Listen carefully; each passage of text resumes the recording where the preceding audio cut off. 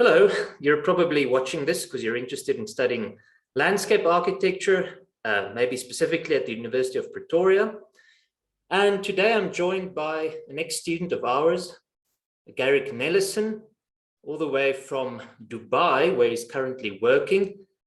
And I'm going to chat to him about how we got there to the middle of the desert and how his life was as a student in Bokende. And hopefully this chat will give you some indication as to what life after graduation will look like as a landscape architect. So Garrick, thank you for joining us. And I really appreciate the time. As with Gavin Cook, whom I spoke to a while ago, you're obviously very busy, and I understand the pace there in Dubai is quite intense. So Garrick, thanks for joining us.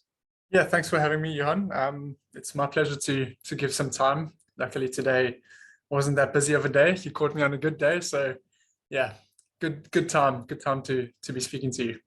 Excellent. Now, Garrick, I remember when you were a master student, we had these people from Dubai, Desert Inc. specifically, coming to the University of Pretoria. And I remember they wanted to see students work.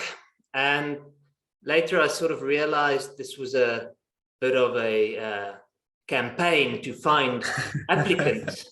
And they saw all the presentations. And afterwards,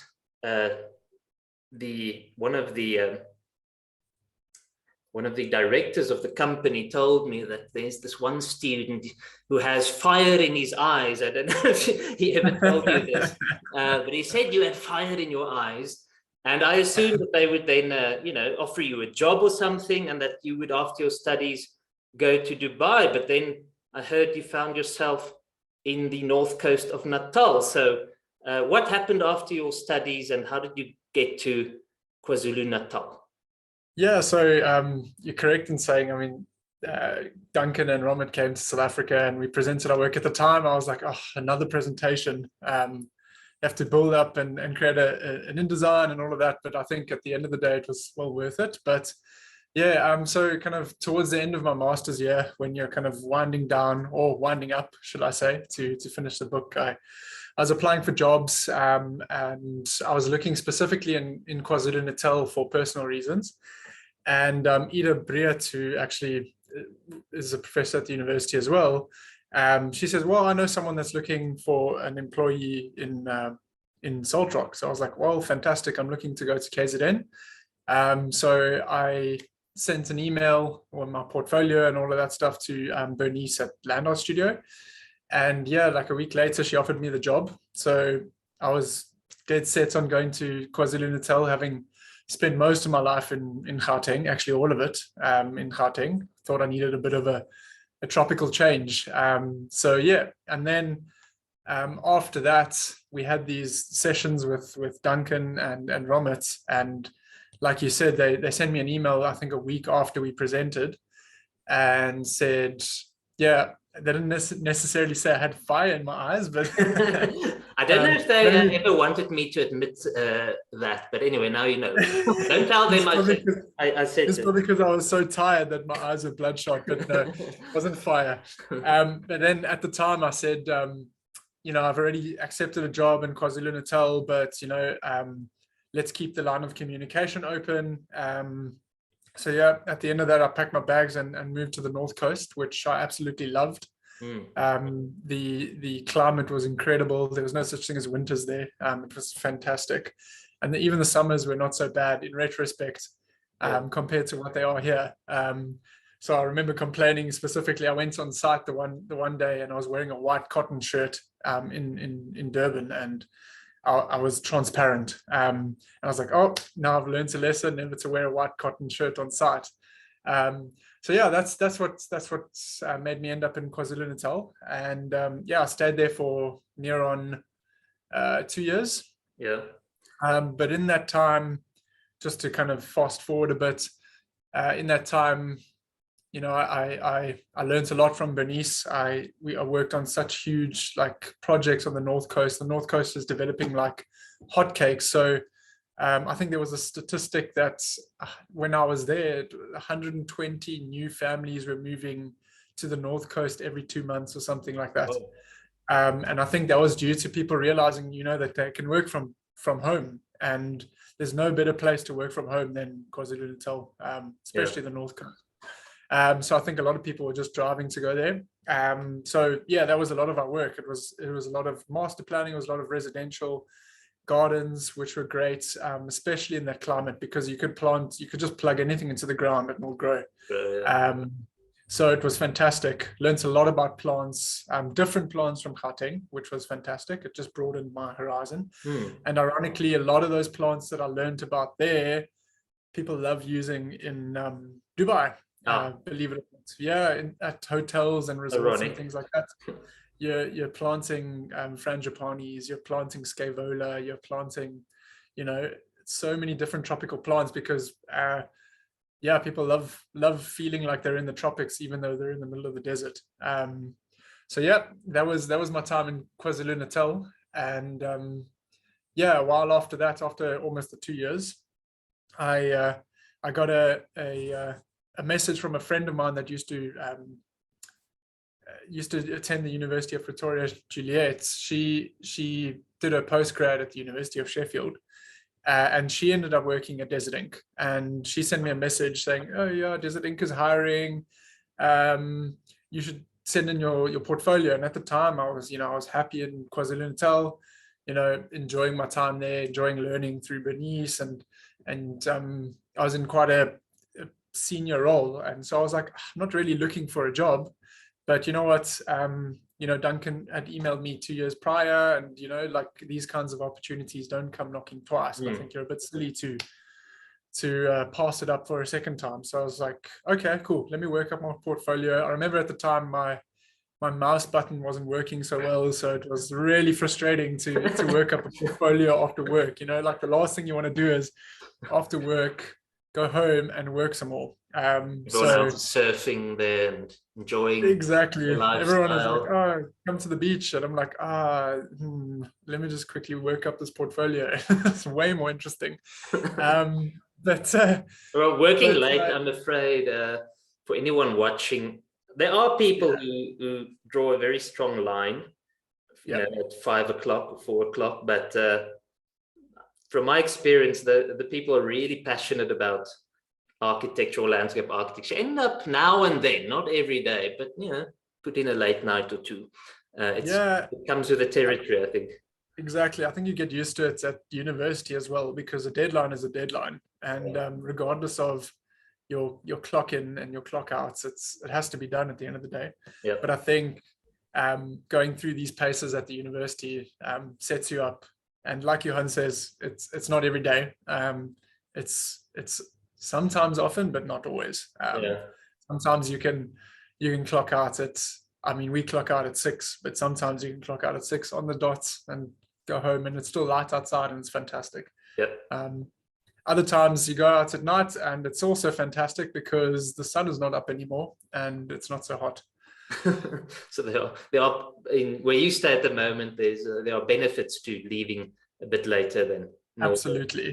Absolutely. But sorry, I interrupted you. So you created your portfolio, or you updated it, and so did you then send it back to Desert Inc. and say, "Hi, do you remember me?" That's exactly what I did, actually. Like, I had Duncan's not personal email, his actual work email. Generally, you'd send it through the the company step ladder and all of that kind of stuff. But because I had Duncan's email, I said, let me send it right to him.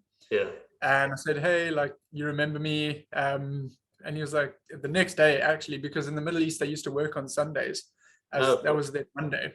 So I sent it on a Saturday evening, and Sunday I got a reply. Sunday morning I got a reply, and Duncan was like, "Yes, of course, I remember you. Your project was particularly interesting. How are things going?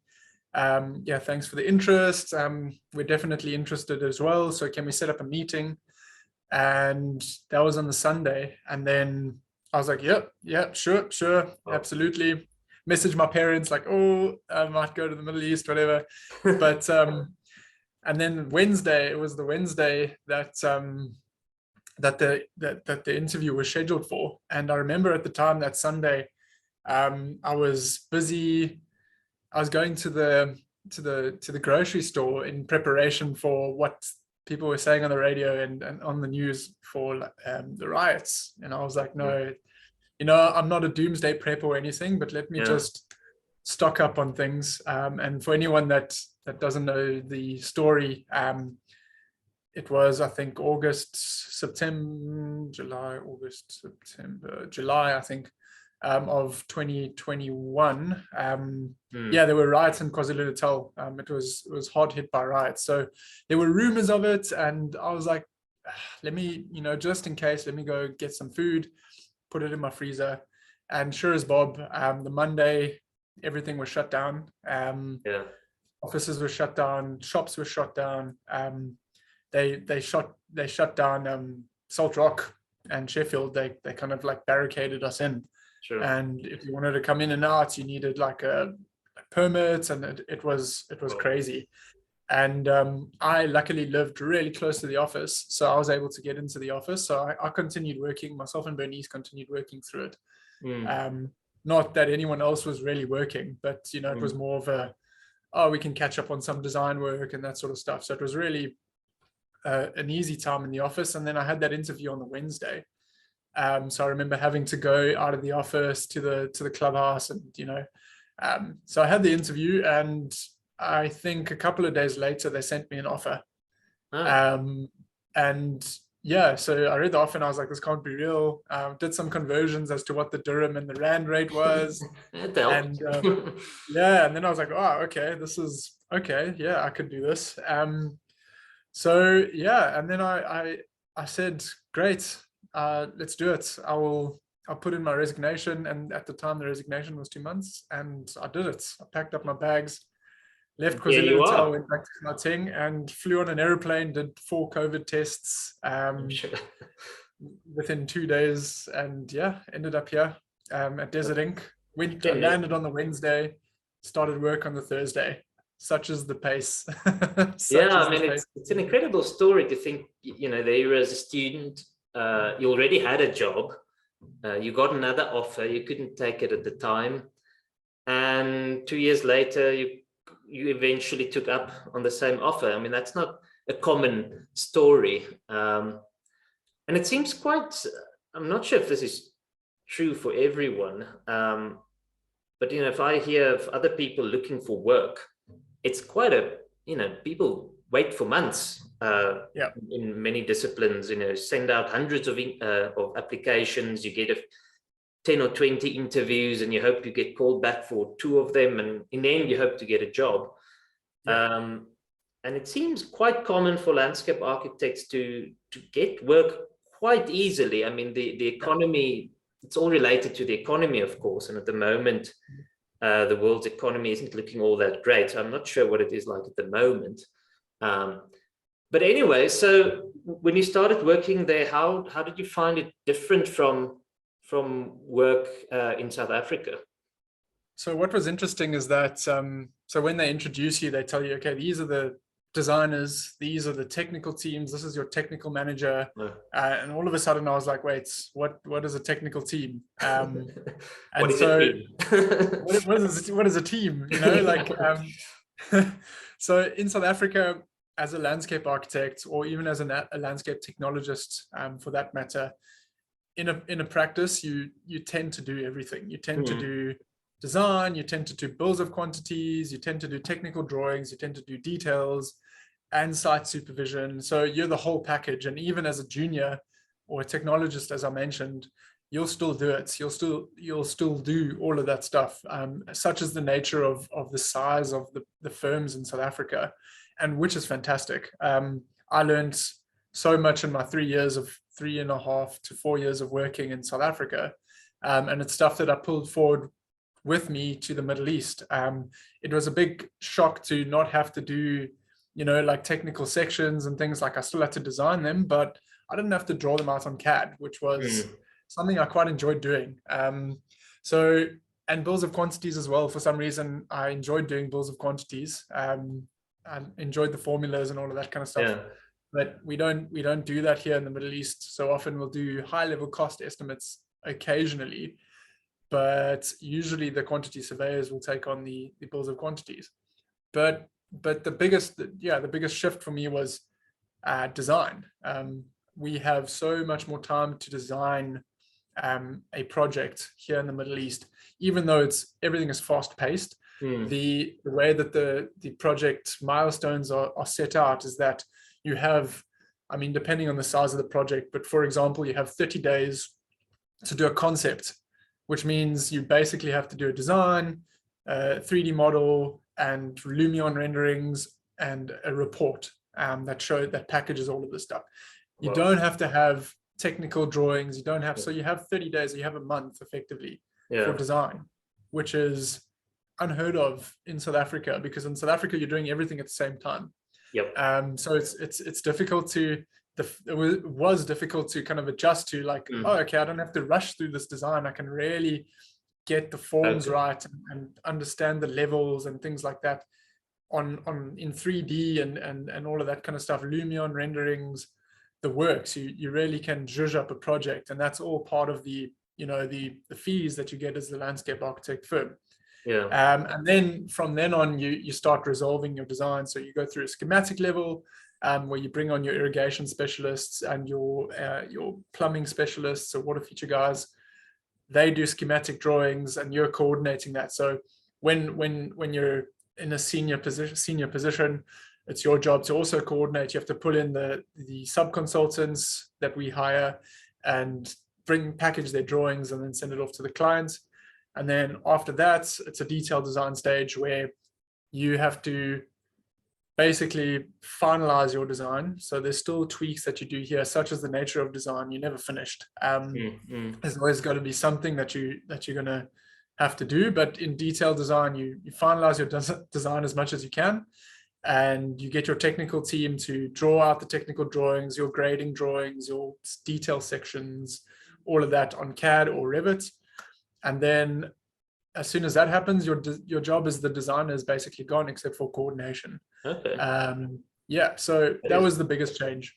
That is quite different. And because I mean, our whole education of a landscape architect at our university is almost based on this assumption that our graduates must be able to do everything from conceptualizing a project, planning, right down to the detail, be able to talk to a contractor on site, do a bills of quantities.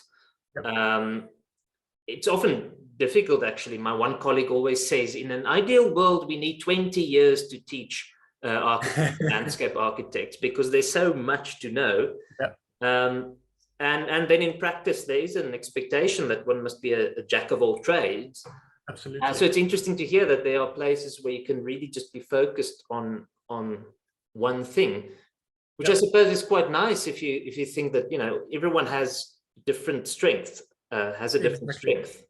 And it's quite nice to imagine that you can always find a niche for yourself somewhere. So if you're a strong designer type and that's what you enjoy doing, there's a place for you. But other people are more interested in the technical part, or even the financial part of running a firm and so on.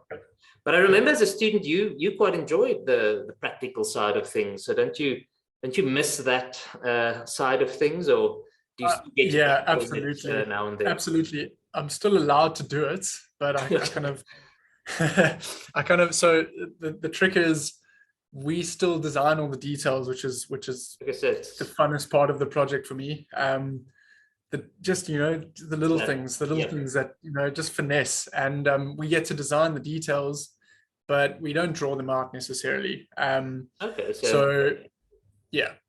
actually still keeping the enjoyable part of construction and thinking about how things are made. Exactly. Without the CAD part, which not everyone. The CAD part. That's probably the most boring part about the technical stuff, is the actual CADing it out. But having said that, you tend to tweak designs as you CAD them out.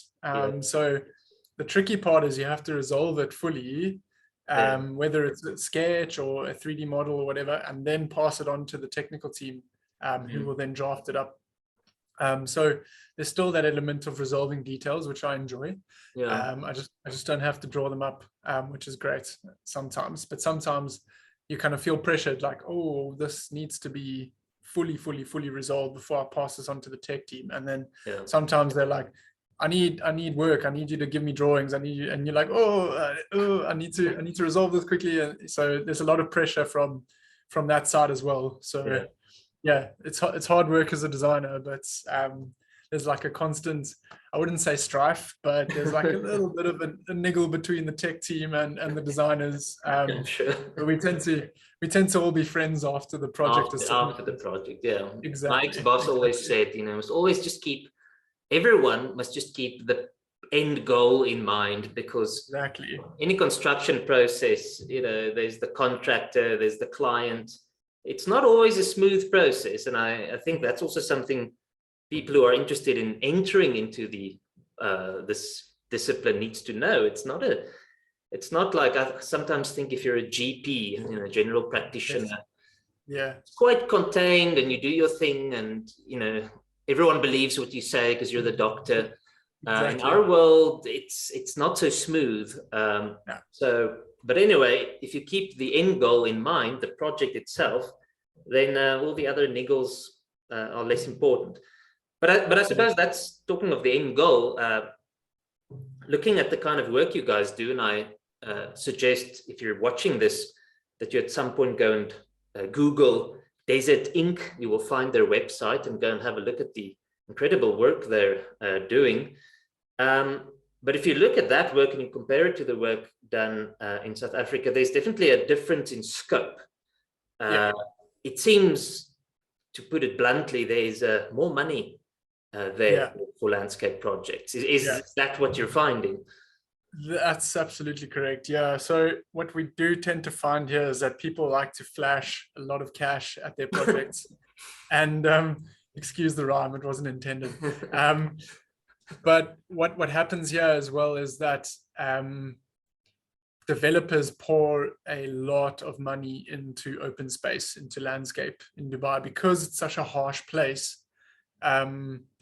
It's something that really adds benefits. I mean, it adds benefit all throughout the world, but in Dubai specifically, because everyone tends to live in an apartment where you've got a small balcony, and people love indoor plants here. It's incredible. Indoor plant companies go wild here, but the outside space is what really is what's really good for people, is the outdoor space. So developers and the municipality pour a lot of money into public landscape, which is fantastic. And not just that, it's the private residents that have the ability to spend money on not ridiculous, but wild ideas, and it's the kind of ideas that you dream of as a landscape architecture students. Like today we are designing a pool that cantilevers at like a 30-degree angle, and it flows over like this so it's things like that you can do here. You can literally go wild, because usually at the start of a project you ask for a budget and you don't get one. They say don't worry about the budget. Which is it's difficult sometimes, because in the back of your mind they're going to come back with a budget. So there is actually a budget. There is actually a budget. There's always a budget.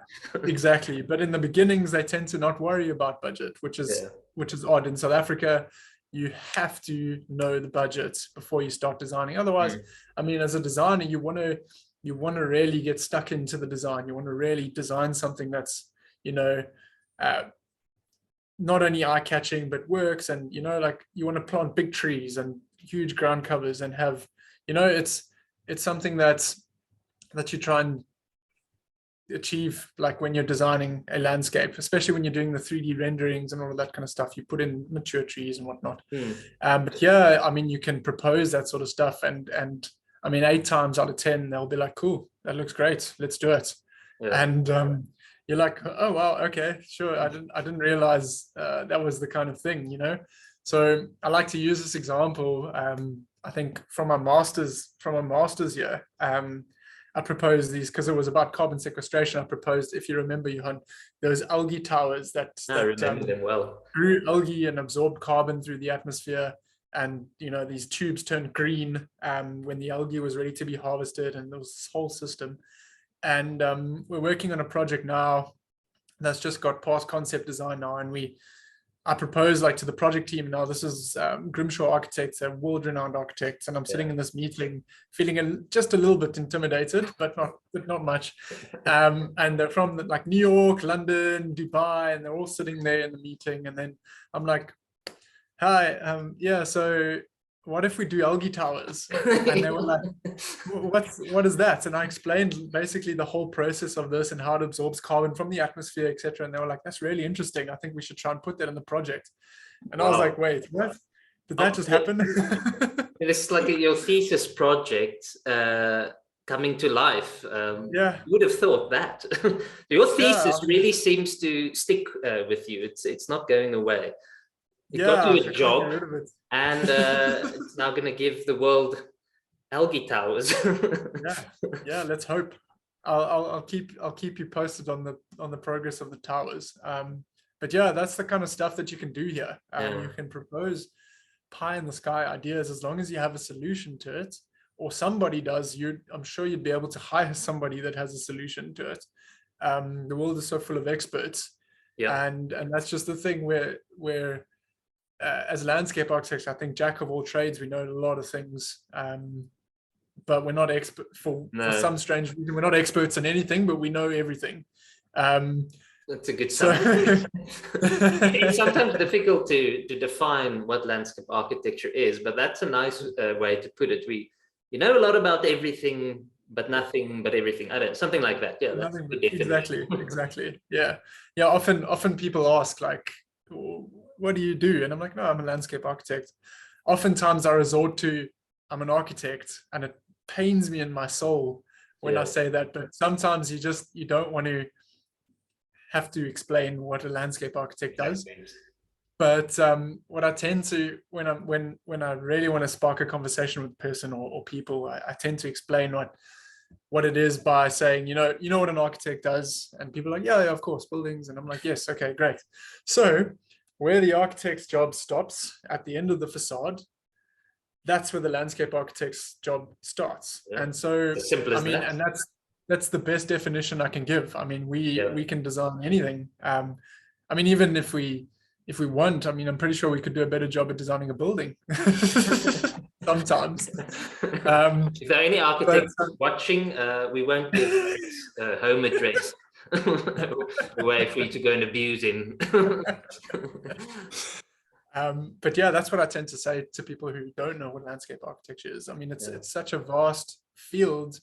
You can, one day you'll design a garden, the next day you'll design a golf course, and the next day you'll design a pavilion, and the next day you'll design, I mean, it's so ridiculously vast. But I think that's what makes it an interesting career choice for someone that's maybe on the fence about architecture and things like that. Just bear it in mind that, we are just as capable at designing as architects, if not even better. Sorry, architects. This is a safe space, Garrick. Well, speaking of designing and what things people should consider when they're interested in landscape architecture, what made you interested in landscape architecture initially? Because as I discussed with Gavin in one of the other interviews, it's not something one is typically aware of at school. So what made you interested? What hooked you? So, I mean, I wasn't aware of landscape architecture in school, now that you've said that. But generally, so I took a subject in high school that got me into technical drawing and things like that, and basic floor plans. And I was like, this looks like fun. It seems like fun. So I went through the process of applying for architecture.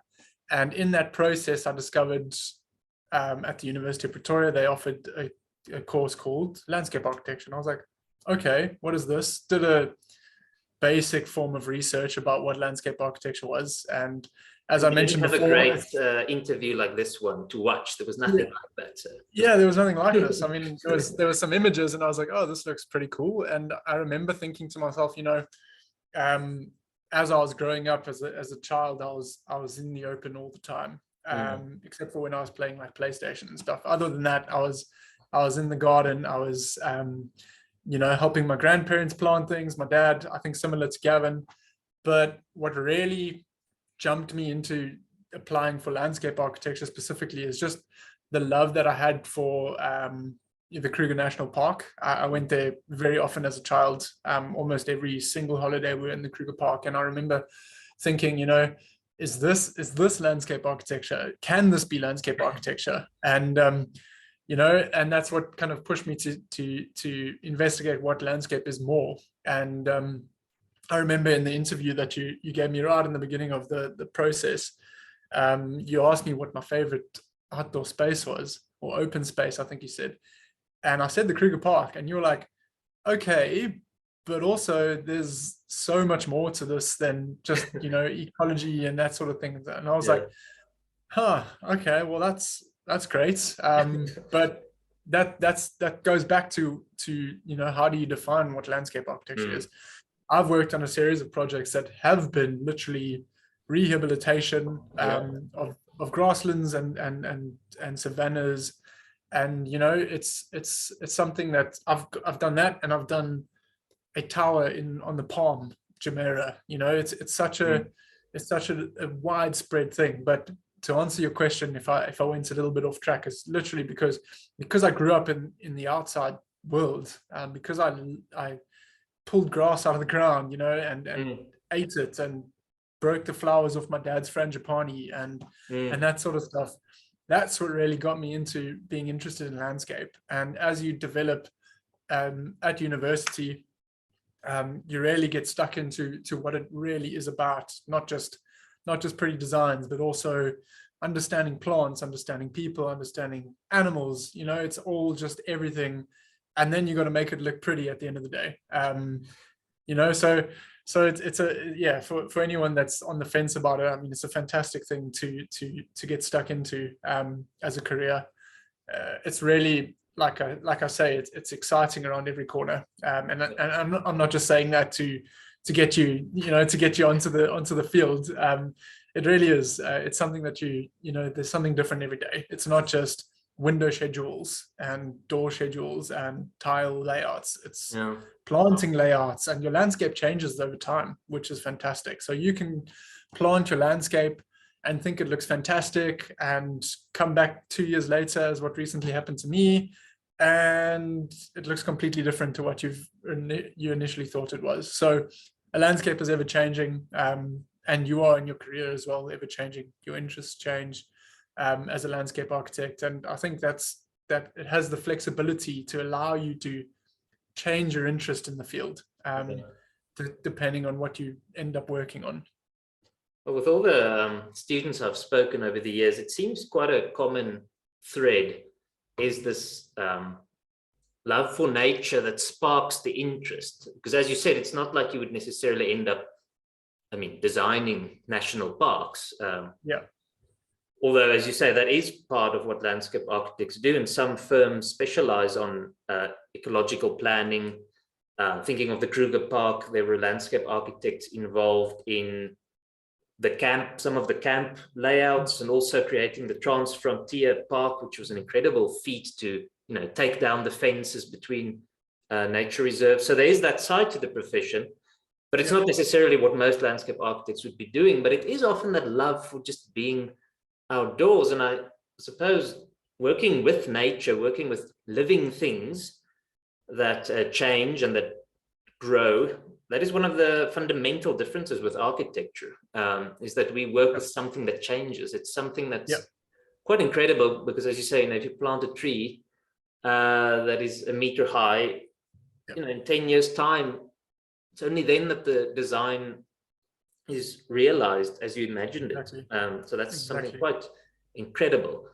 Now, just so that whoever is listening knows that you're not being pay to brand landscape architecture or to market it, I'm going to ask you a difficult question, and that is, what aspects, or just give me one, what about landscape architecture is not so great, and you think people should be aware of this? I think we've already touched on the fact that sometimes you're, again, it's not always the case, but in some firms at least, there's now and then the need to work overtime, and studying in the spatial design fields requires huge dedication. It's not the kind of course where you come in the morning and go home at 10 o'clock in the morning.